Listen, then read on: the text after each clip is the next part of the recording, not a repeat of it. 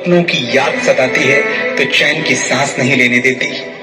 हमारी धड़कनों में हिंदुस्तान है, लेकिन पर्स में 5 बरस की बेटी।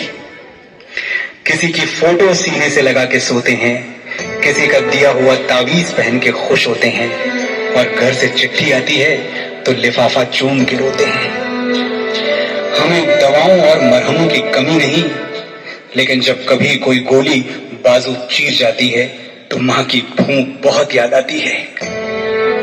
तो अगली बार जब अखबार में खबर पढ़ना कि गलवान की घाटी में 20 फौजी शहीद हो गए, तो हमें गिनती समझ के भूल मत जाना, साथी समझ के याद रखना, क्योंकि हम एकदम तुम्हारे जैसे हैं।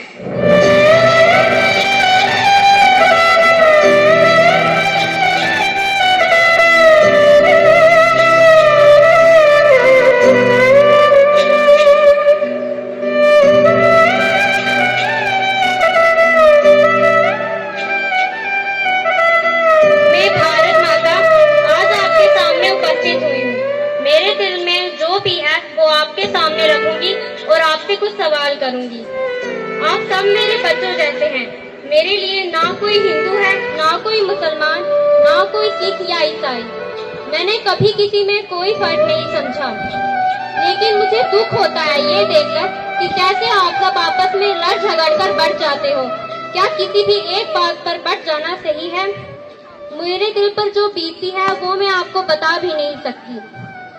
मेरे जब दूर सरहद पर जब कोई फौजी शहीद होता है तो उसके घर वालों की जो हालत होती है उसे भी मैं बयां नहीं कर सकती। उन माँ, बहन, बीवी और बच्चों के दिल पर क्या बीती होगी जब उनके ही किसी अपने की लाश उनकी घर के दरवाजे पर आती है।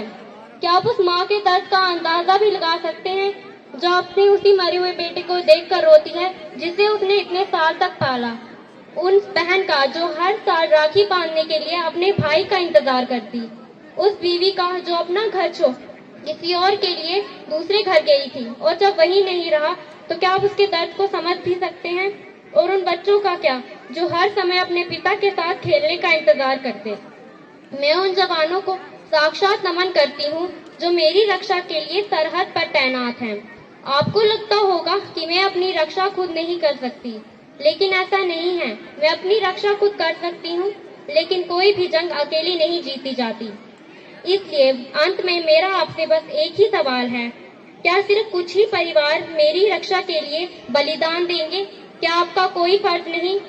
मैं आपसे आपकी जान नहीं मांग रही, मैं तो बस इतना चाहती हूँ कि आप सब चैन, अमन, शांति और भाईचारे से बिना किसी भेदभाव के एक साथ रहें।